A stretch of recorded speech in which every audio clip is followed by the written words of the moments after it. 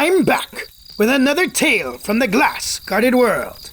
Terra, Paxton, Athelflaed, and Zartok have joined forces with a kobold tribe known as the Gem Takers, led by the strangely charismatic kobold, Speelock, played by Shaun of the House of Bob podcast.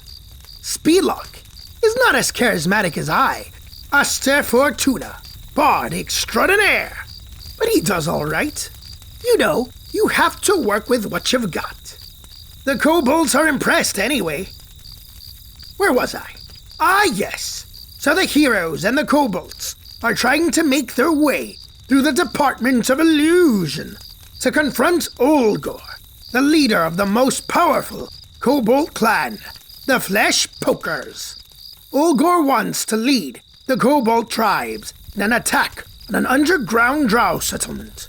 But Speelock knows this is foolish and suicidal. It's sure to lead to an exciting confrontation. But something has occurred to me that doesn't seem to have occurred to the party. Probably because, as Papa Gaston says, I try to stay as sharp as a knife. Here's what is puzzling me. Why would Ulgor want to lead the kobolds in such an obviously stupid plan? There must be something more to it. I hope the players are as clever as I and manage to figure it out before it's too late.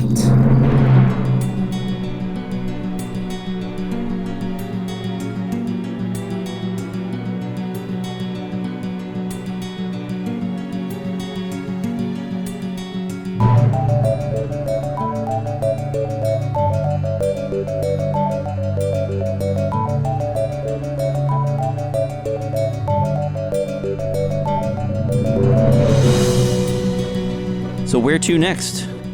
You have the run of the Gold Nibbler complex here. The last room that you didn't explore was a bunkhouse. There's just a whole bunch of floor mats thrown down there.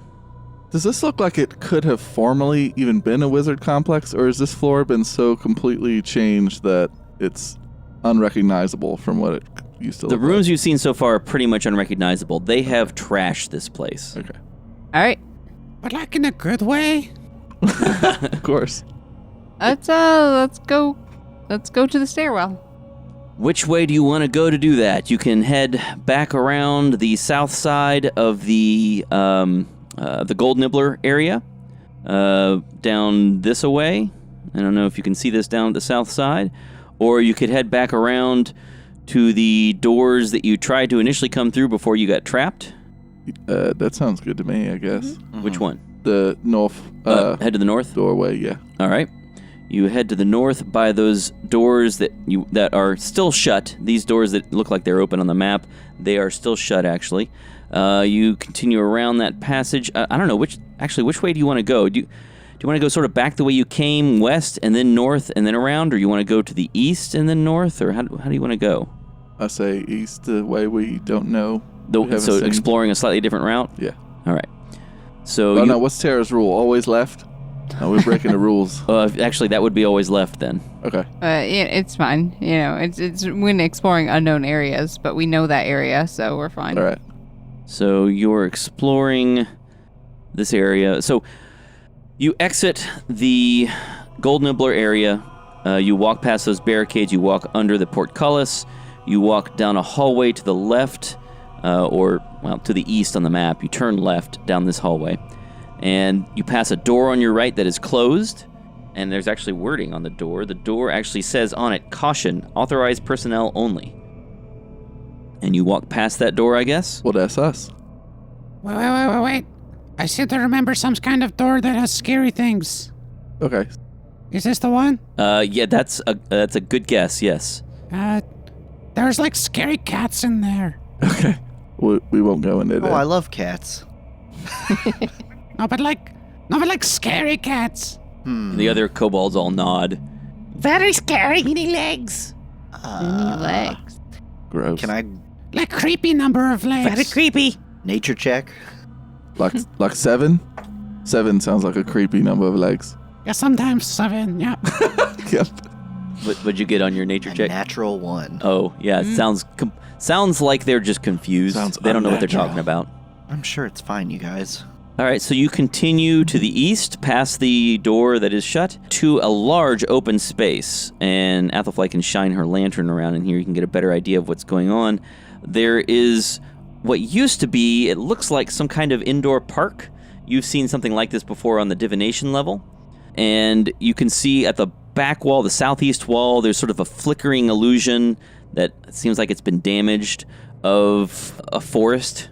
It just kind of appears and disappears. One moment you can see stone. The next moment you can see sort of a nature scene. There is an area that looks like it was once covered with grass, but now the grass is all dead. There was a tree in the southwest corner of that grassy area, but it looks like it's been cut down. There's just a stump there now. There is a pond that is still clean, thanks to magic, but other than that, it looks like this is just a park that's been ruined. You know, last time there was a lake or a pond, there were like glowing gems in it. You remember that? What? Where?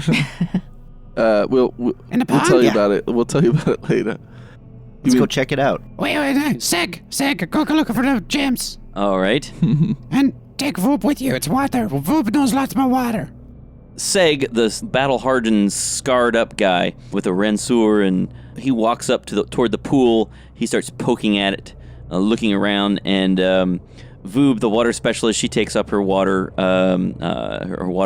containers and starts filling them up and looking around. But Seg just looks back and shakes his head no. Life. But Voob looks back and she holds up one of her water skins and she nods her head and she's got a big smile. We found the water. Yep. Excellent. Hey, I just had sorry to go back, think back on another space, but was that Mike? Was that illusion monster creating thing? Was that too heavy to bring with us? It's awfully big. You could bring it, but it would be cumbersome. I wonder if. Hey, Speelock, you think you could have some of your mates carry that monster create in box, and maybe we could use that against Ulgor? Ooh. I could ask Julie to carry it, but she might break it. Julie perks up and says, "Smash!" Maybe No, don't smash! Don't we smash! could give Don't us smash! something Don't else to smash first. Yeah, sure. Yeah, you guys, go get it. All right, so a couple of the kobolds run back over to the Gold Nibbler hideout. I guess Seg and Snock, they're pretty tough, and they come back a little while later. Are you gonna wait for them, or what's your plan? Okay, I guess so. Yeah, they come back a little while later. They're dragging it on that bearskin rug. Oh, good idea. Look at rather resourceful. Speelock sees Snock come back. He's like, Oh, good. Snock came back. Yeah, Snock says, I, Snock, had a good idea and I executed it, and here it is. Because I am smart and important, and you should all be impressed. Are you not impressed with my idea? Yes. I thought it was all right. Yeah. Speelock, why is you the boss? Is it because you're the most powerful magic, or do you have the most gems? Actually, Ulba let me become because I was secretly always his favorite. He used to be chieftain. elbow waves. Oh. And then I got my special powers from Lord of Ox, and then I became chieftain.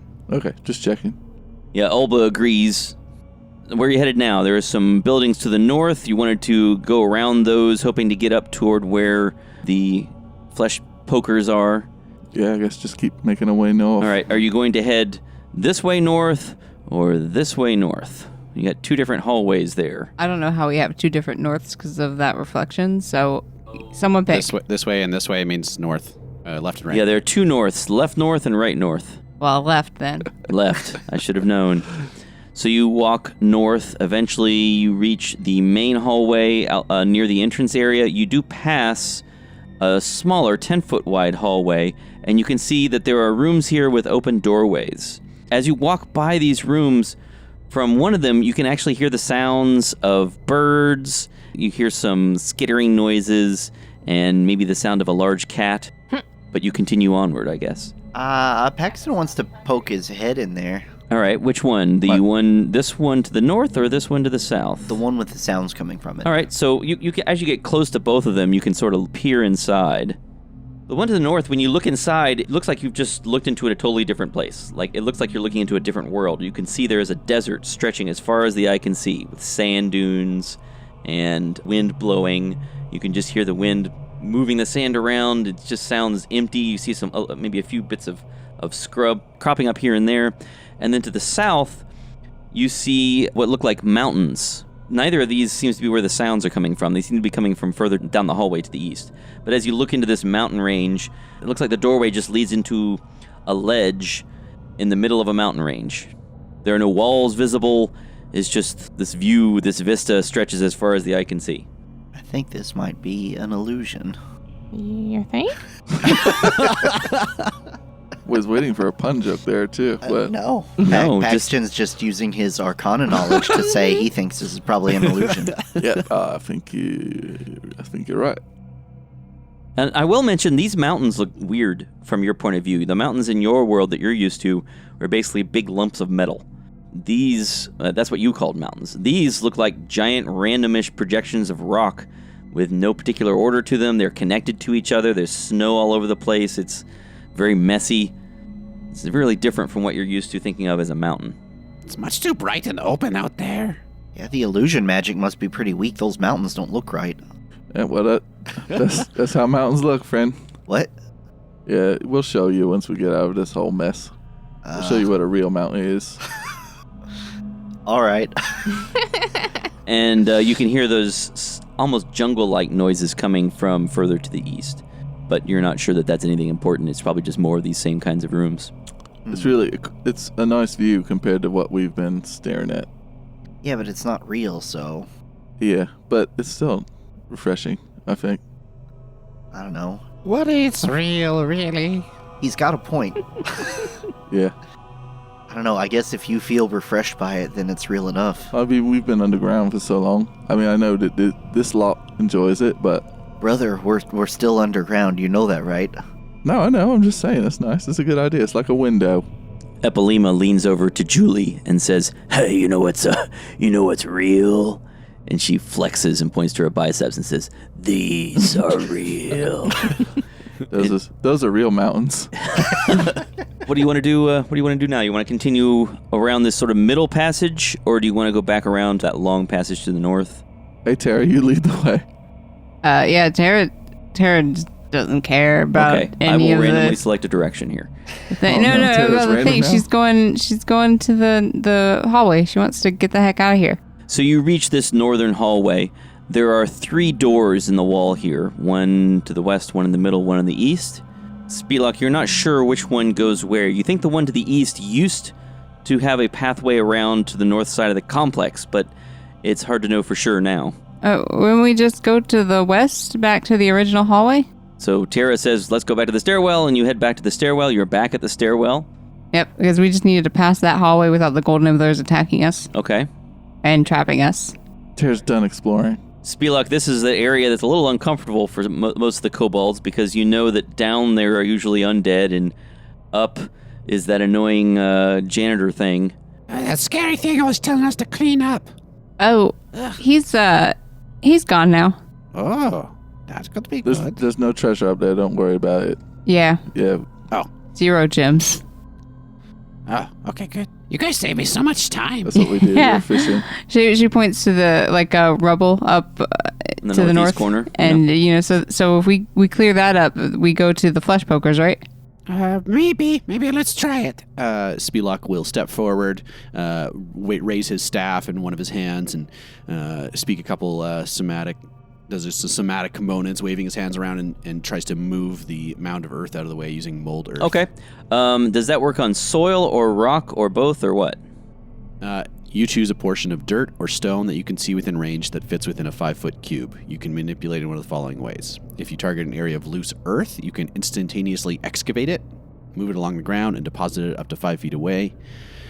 You could cause shapes, colors, or both to appear on the dirt or stone, or if the dirt or stone I target is on the ground, I can make difficult terrain. So the first thing. Okay, so you're able to move some of this away because a lot of it is loose earth, but it also looks like this has been intentionally walled up at some point. So you're not able to completely get through, but maybe you could bash your way through, or maybe you could explode your way through. Yeah, okay. Well, do you guys want to go through here? Like, I don't know what's on the other side. We could blow it up, though. Yeah, Sounds like a solid Terror plan. sharks. there might be another way in one of those other rooms, but it might be nice to get to jump on them. Snun walks up. That's the kobold who's a little bit soft and fleshy looking, and he's wearing like circles of glass over his eyes, and he's got a yellow helmet on top of his head. He looks around at this wall, and he says, Great Speelock. I think maybe we can use tools and leverage and perhaps alchemy and blow our way through. Yeah, you and Grebe will use some leverage and use some alchemy and do that. Yes, Great Speelock. Everybody else, you should really get behind something before they get to work. Yes, get very far away. Don't need to tell me twice. Yeah, really. Yep. And if anything happens to me, I can't think of anything, but Speelock is great. You're good too, Snun, don't worry. Thanks, bud. well, Snun rolled a 20 on his Nice. engineering check. A little while later, he comes running back down the hallway. You guys hide down the hallway. He comes running back down the hallway with Grib, and He says, lay very low and wait. you wait, and there's a loud explosion, and he says, I think that was what we did. I think that was us and not someone else. Let's go look. All right, go, Tara, go. Lead the way. Sure. Yeah. Tara gets up and walks back down by the stairwell, and there is a gaping hole in the wall here. And you can see through this hole is this room. The original purpose of this room that you're looking into is unclear. It's currently an empty room lit by several torches. It's about 40 feet across and 60 feet wide. There's a closed wooden door on your left, on that left wall. To the north, there is a crude circular tunnel about 5 feet high, leading into the outer wall of the Department of Illusion. And then on your right, there is a section of wall that looks like someone has broken through. There's rubble lying on the floor around it. Of course, there's the entrance you've blown in the wall. The walls here have been painted with crude scenes of little figures. What kind of little figures? All right, you want to walk up and take a look? Yes. The paintings cover the walls, and they show kobolds digging, socializing, and bowing down before a large kobold. As you move around the room, the paintings show the kobolds moving through caves and attacking strange monsters. Giant mushroom creatures, stalactites with eyes and tentacles, and what might be gnomes?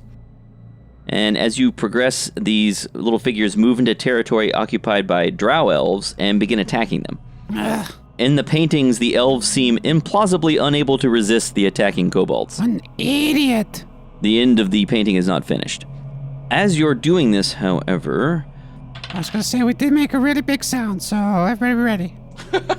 Forgot about that. through the hole in the wall on the right, a kobold sticks her head through the doorway, and I would like you all to make perception checks. Ooh, natural 20. How? I'm distracted by this mural of a big idiot. Yeah, so you're all looking at the walls. She rolled really well in this stealth check. What did Tara get? 7. And what did Zartok get? 6. 6. And what did Paxton get? Natural one. He didn't Natural even 1. notice. And Athelflad? A natural 20. Athelflad got a natural 20 plus what's your perception bonus? 2, so 22. What did Speelock get? 7. 7. Okay, let's see if any of your crew were more observant. This is terrible. I think this was left-handed. You see the brush strokes. My ears are ringing. So Athelflad, you just managed to catch her as she runs through the opening on the right and into the tunnel to the north, and you just managed to catch her as she's starting to disappear. She has bones going through the horns on her head that she has modified herself with. She's covered in tattoos and scars, and she's carrying a spear, and she runs through that passage heading northward. If you want to, you could take a shot or do something else if there's something you want to do. Yeah, sure. Take a shot. 10. 10. All right, you miss. The arrow bounces off the wall, and she escapes running northward. Ow. And Athelflad, you're the only one that has noticed that she did that. I just saw her. She just passed through the wall. Who passed through the wall? Some hideous looking lady. I don't know. She, Hideous. tattered clothes. Yeah, that's right. I like fashion, so I have an eye for those things. Athelflad's real fashionable. Look at her. Yeah, look at me.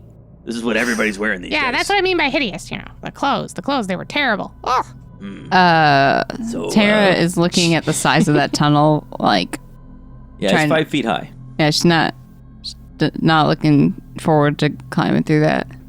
Let's do Well, it. You guys are too tall. I agree. I mean, Maybe maybe Horn Guy can make you smaller. No. Oh, Maybe someday. They are too big. I mean, they're not abnormally large people. just freakish. Yeah, so maybe us, like, normal-sized people should, like, lead the way. Yeah, Go in that sounds there. fine. I'm cool with that. I can. Muscle's gonna go first. wait, you guys are crawling into the tunnel that goes to the Long Shadow? Oh, he's gonna tell Ulgor. Is that where he's at? He's in Long Shadow? He's not in some room over here? That's Speelock's understanding, yeah. Oh, okay. Should I go ahead and go stealth? Oh, you could do that. Okay, I'll do that. Make a stealth check. Ooh, 25. Wow. You sneak down this passage. Should the scout go with her? Yeah. Go ahead. All right, so Do a good job, Zor. Zor sneaks with you with her mop outfit, and she will also try to sneak. She's not doing as good a job as you did, but you're in the lead. You get down the passage. You see that there is a T intersection up ahead, and there are barricades set up there. And there are 4 kobolds standing there, and they look alert. All right. And they're going to look for you. Yeah, and one of them says, I think I saw something. he's peering back into the darkness. Now, it's very dark in here, and you can't really see either because you don't have dark vision. I tippy-toe backwards to let the group know. All right, so Zor goes with you, and Zor says, There are 4 kobolds standing guard at the intersection, and no sign of the one who ran away. Does it get any taller? that intersection was a little bit taller. It was maybe 6 feet tall at the intersection. Speelock, you know that there is a sort of a throne room or a meeting hall further back, and that it does get taller there. It's a relatively high ceiling. I guess should we just crawl through? I don't want to get left behind. Do you, Tara? You just have to duck a little bit. Yeah, we'll duck and unless there's a way we can call them out, but it seems like we'd call maybe too many. Yeah. So I say we'll head up the rear and kind of duck, and yeah, we'll make it work. Sounds good. I think I have another idea. I'm gonna try something. Okay, I like it. I think. So Speelock will kind of take the forefront ahead of the rest of the group, Okay. and he will create a silent image. Okay. This can fill a 15-foot cube, and he's going to make an image of a creature he's only seen once, probably the most frightening creature that he has ever seen. It is a elvish, dark-skinned woman attached by the torso to a huge, bulbous spider body. Ooh.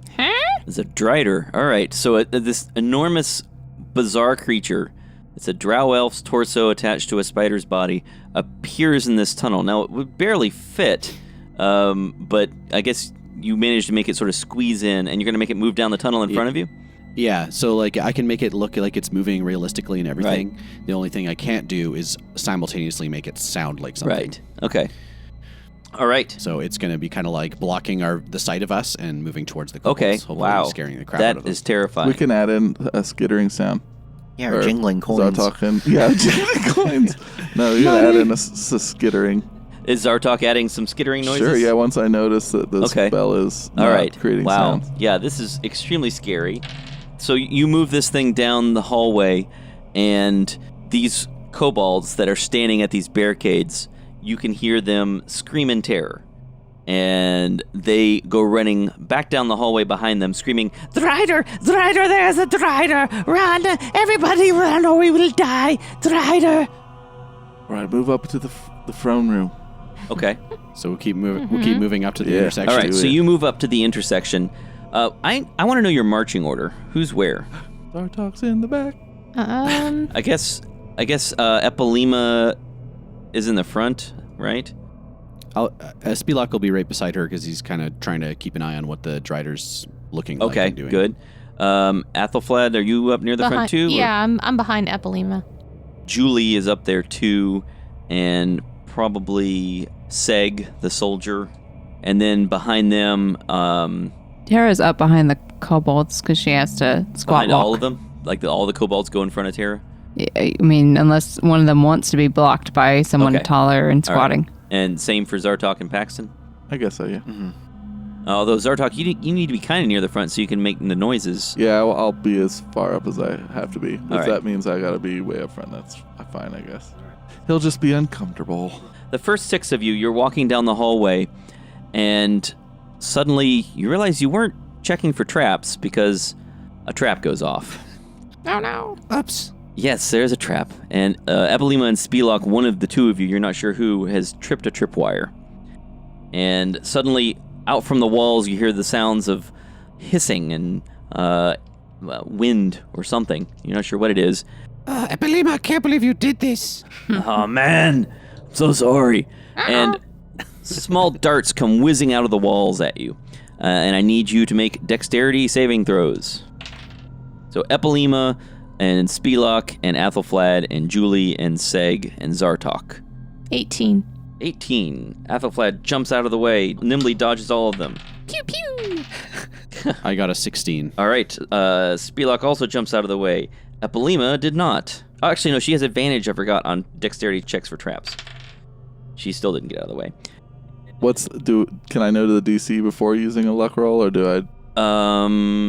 I don't think you can know the Okay, result It's before a you use 13 dexterity. it. Okay. So Zartok gets hit. Bummer. Julie got out of the way. Seg got out of the way. So Epilema and Zartok are hit, and they both need to make, let me look this up, make a Constitution saving throw. 20. 20, all right. And Epilema also Oh, my saved. kidneys are back. And that means you take 3 points of poison damage. And Epilema also takes 3 points of poison damage. All right, so you enter the hallway. The trap is now behind you. Lesson learned, mates, but let's look for traps now. You can see there are tunnels to your left and right, and the passage ahead curves around to your right. The kobolds that were guarding this post have run down that passage in front of you. I guess straight ahead. You're plowing ahead? Yes. Hopefully find Ulgor in that pathway. All right. Okay, so one of you actually look this time. All right, well, make perception checks. Speelock, you and Epilema are in front, so make a perception check. 6. You beat Epilema. That's the worst. There's a big spider in the way. It's hard to concentrate on searching for traps when you're concentrating on a spell. All right, well, you walk ahead into this space, and indeed, you run into another trap. Yeah, I'm afraid that this time it's actually Epilema for sure this time. She steps on a pressure plate, and the ceiling collapses.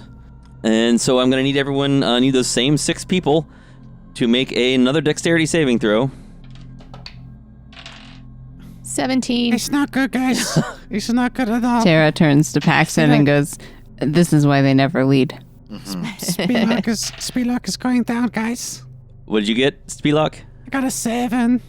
Okay, Speelock failed.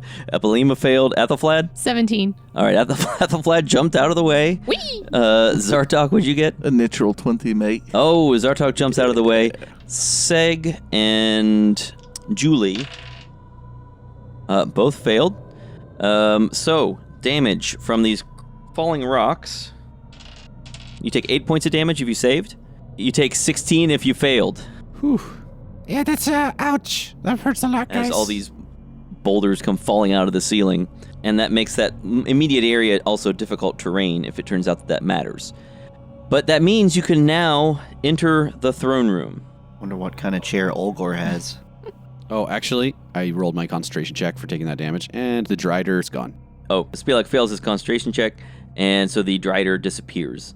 Torchlight comes from the tunnel ahead, and as you start to enter this large room ahead of you, you hear the sounds of kobolds running around, and a voice calls out and it says, Come in, come in.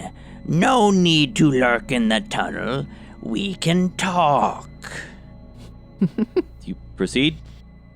Well, I mean, Speelock's up front. Yeah, Speelock, Epilema looks at you.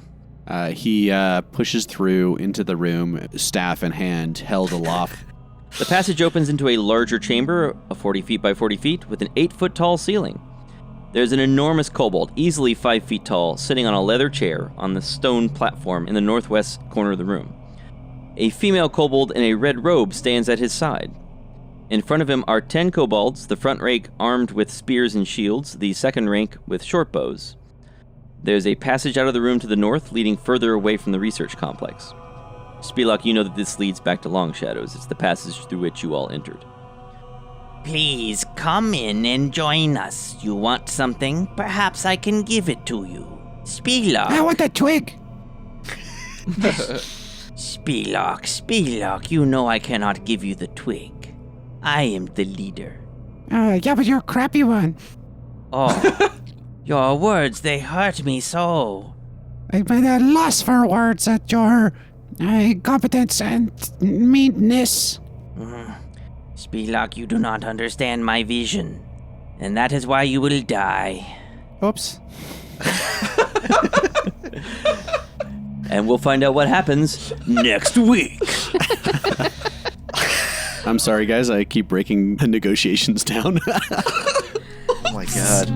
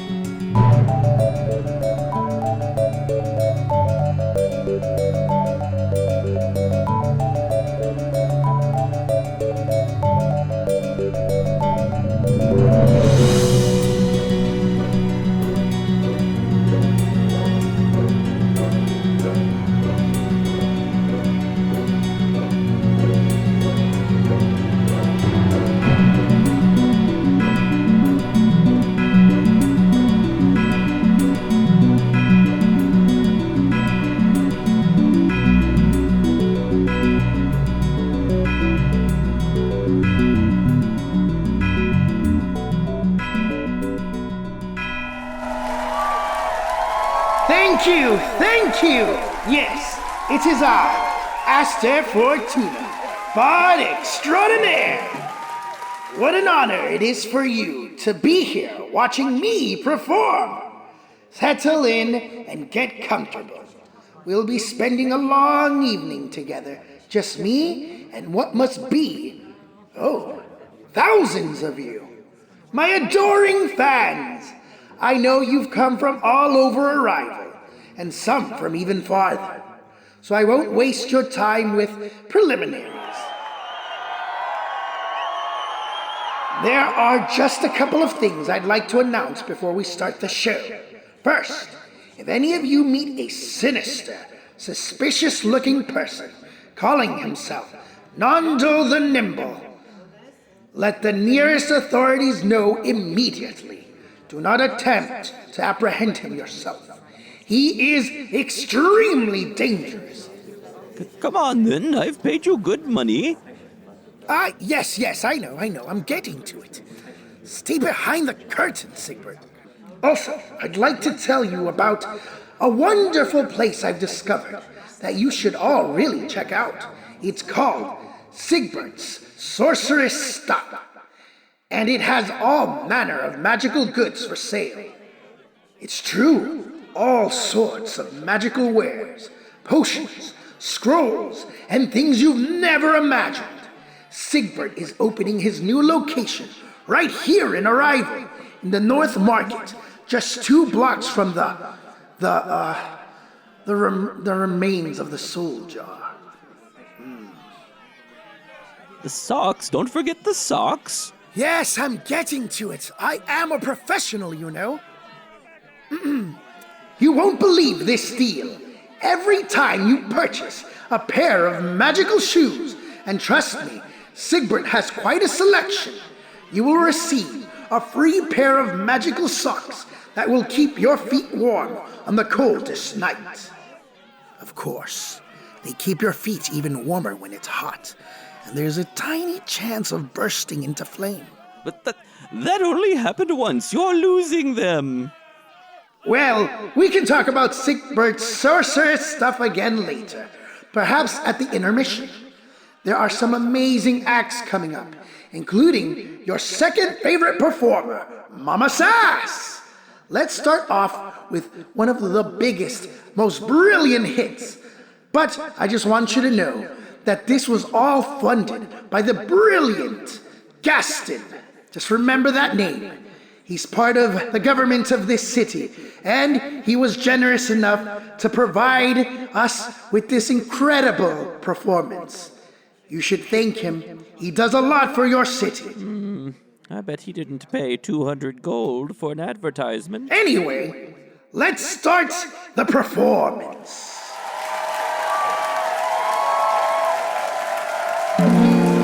Because a humble lord dared to right a wrong with Gaston and Mama Sass, along came this song.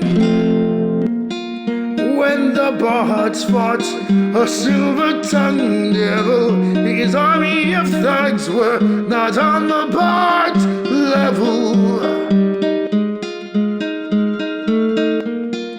They came after us, the underworld's elite, tried to break my guitar, but we served them defeat. But the devil's men led into the street, and so cried the bard, we just can't be beat.